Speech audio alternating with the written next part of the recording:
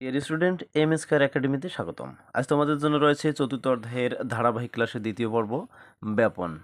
কোনো পদার্থ যদি উচ্চ ঘনমাত্রায় থাকে তখন সে পদার্থের কণাগুলো নিম্ন ঘনমাত্রার দিকে ধাবিত হতে চায়।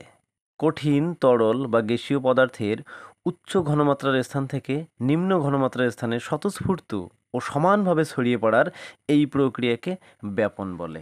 ব্যাপন প্রক্রিয়ার জন্য পদার্থের ঘনমাত্রার পার্থক্য থাকতে হয়। ব্যাপন প্রক্রিয়ার উদাহরণ হিসেবে আমরা পারফিউমের খোলা বোতলের কথা বলতে পারি। ঘরের এক কোণে একটি পারফিউমের খোলা বোতল রাখলে তার সুগন্ধ কিছুক্ষণের মধ্যে ওই ঘরের চারদিকে ছড়িয়ে পড়ে। এই ছড়িয়ে পড়ার প্রক্রিয়াটি ব্যাপনের মাধ্যমে হয়ে থাকে। সুগন্ধ ছড়িয়ে পড়তে যদি কম সময় লাগে তখন আমরা বলি তার ব্যাপনের হার বেশি। আবার যদি ছড়িয়ে পড়তে বেশি সময় লাগে তখন তার ব্যাপনের হার কম। ব্যাপনের হার কণার আকার এবং ভরের উপর নির্ভর করে। বড় আকারের কণার তুলনায় ছোট কণা দ্রুত ছড়িয়ে পড়তে পারে বলে ছোট কণার ব্যাপনের হার বড় কণার থেকে বেশি। চলো আমরা বিষয়টি চিত্রের মাধ্যমে বোঝার চেষ্টা করি।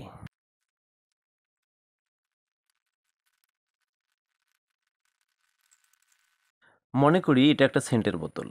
এই সেন্টের শিশির ভিতরে সেন্টগুলো একটু উচ্চ চাপে থাকে, একটু না অনেকটা উচ্চ চাপে থাকে। এই উচ্চ চাপে থাকা সেন্টগুলোর কণাগুলো অত্যন্ত ঘন সন্নিবিষ্ট কাছাকাছি থাকে।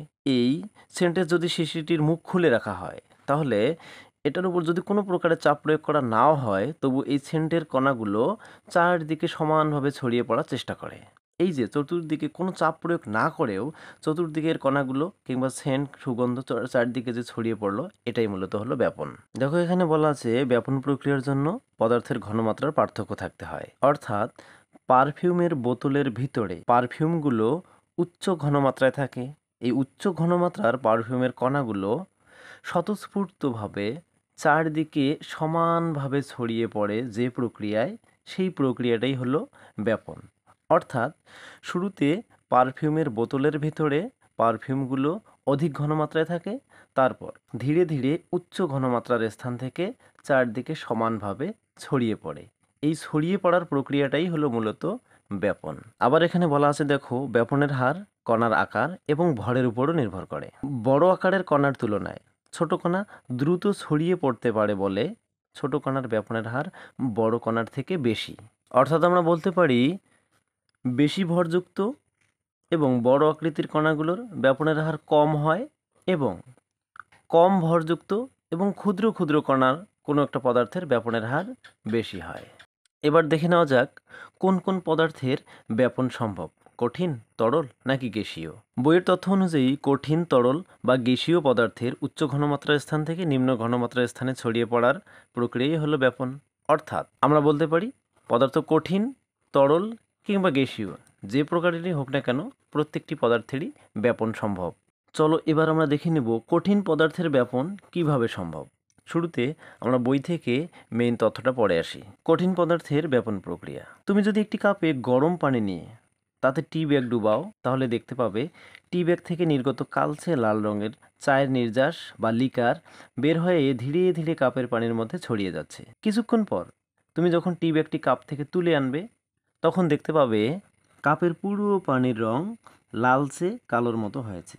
অর্থাৎ টি ব্যাগে থাকা চায়ের পাতার রং ব্যাপন প্রক্রিয়ার মাধ্যমে কাপের পুরো পানির মধ্যে ছড়িয়ে পড়েছে। কাপে গরম পানি ব্যবহার করার কারণে ব্যাপনের হার বেশি।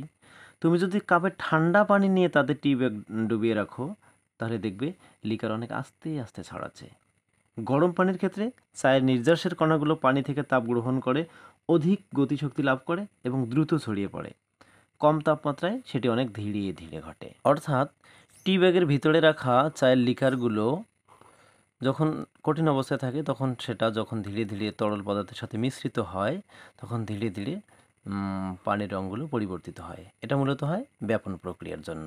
এখন যদি গরম পানিতে টি ব্যাগগুলো ডুবানো হয় তাহলে অবশ্যই ব্যাপনের হার খুব দ্রুত ঘটে, অর্থাৎ খুব দ্রুত রং ছড়ায়। কিন্তু একই টি ব্যাগ যদি ঠান্ডা পানিতে মিশ্রিত করা হয় তাহলে ব্যাপনের হার কমে যায় এবং ধীরে ধীরে রং ছড়ায়। চলো এবার শিখে আসা যাক তরল পদার্থের ব্যাপন প্রক্রিয়া। তোমরা একটি গ্লাস কিংবা স্বচ্ছ কোনো পাত্রে কিছু পরিমাণ পানি নিয়ে যদি ড্রপার দিয়ে 1-2 ফোঁটা নীল রঙের ফুড কালার দাও তাহলে দেখবে নীল রঙটি গ্লাসের পানিতে ছড়িয়ে পড়ছে। ধীরে ধীরে সমস্ত পানির রং নীল রঙে পরিণত হবে। অর্থাৎ নীল ফুড কালারের কণাগুলো ব্যাপনের মাধ্যমে বিকারের সমস্ত পানিতে ছড়িয়ে পড়বে। শীতল পানিতে প্রক্রিয়াটি হবে ধীরে ধীরে, কিন্তু গরম পানিতে নিলে সেটি ঘটবে খুব দ্রুত।